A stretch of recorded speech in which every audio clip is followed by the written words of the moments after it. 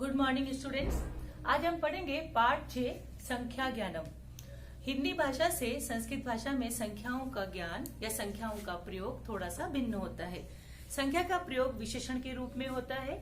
जब विशेषण के रूप में संख्याओं का प्रयोग किया जाता है तो विशेष्य के अनुसार ही विशेषण में संख्याओं का प्रयोग किया जा सकता है।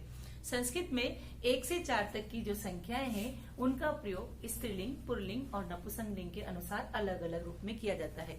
जब संख्यावाची जो विशेषण है, जब विशेष्य हमारा स्त्रीलिंग होगा तो हमारी संख्या भी स्त्रीलिंग में आएगी।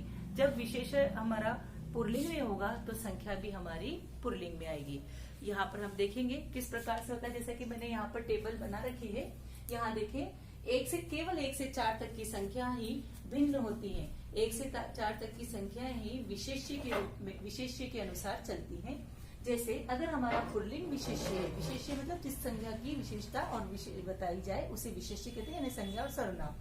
तो जब अगर हमारा जो पुल्लिंग में विशेष्य है तो हमारा अगर जैसे एक बालक है, हमें लिखना है एक बालक, तो हम लिखेंगे संस्कृत में एकः बालकः।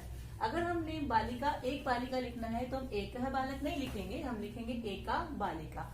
नपुंसक लिंग में लिखना है तो हम लिखेंगे एकम पत्रम, एकम चित्रम। जो भी नपुंसक लिंग शब्द आते हैं उसके लिए अगर हमें एक संख्या का प्रयोग करना है तो हम उस संख्या को एकम में लिखेंगे।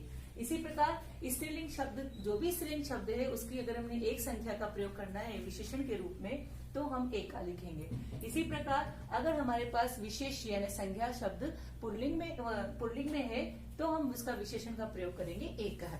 इसी प्रकार 2 संख्या की बात करें तो इसी प्रकार द्वौ आएगा।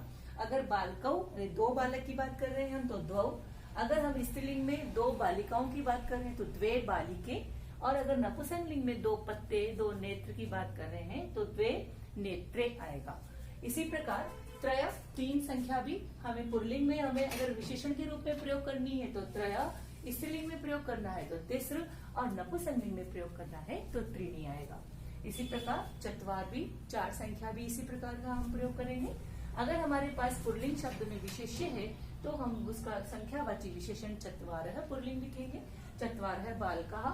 और चतस्र है अगर मतलब स्त्रीलिंग है हमारे पास शब्द और हम संख्यावाची विशेषण प्रयोग करना चाहते हैं तो चतस्र, जैसे चतस्र बालिकाः। जैसे कि नपुंसक लिंग हमारे पास शब्द है, हम उसकी संख्यावाची शब्द प्रयोग करना चाहते हैं तो हम चत्वारी लिखेंगे, जैसे चत्वारी पत्र।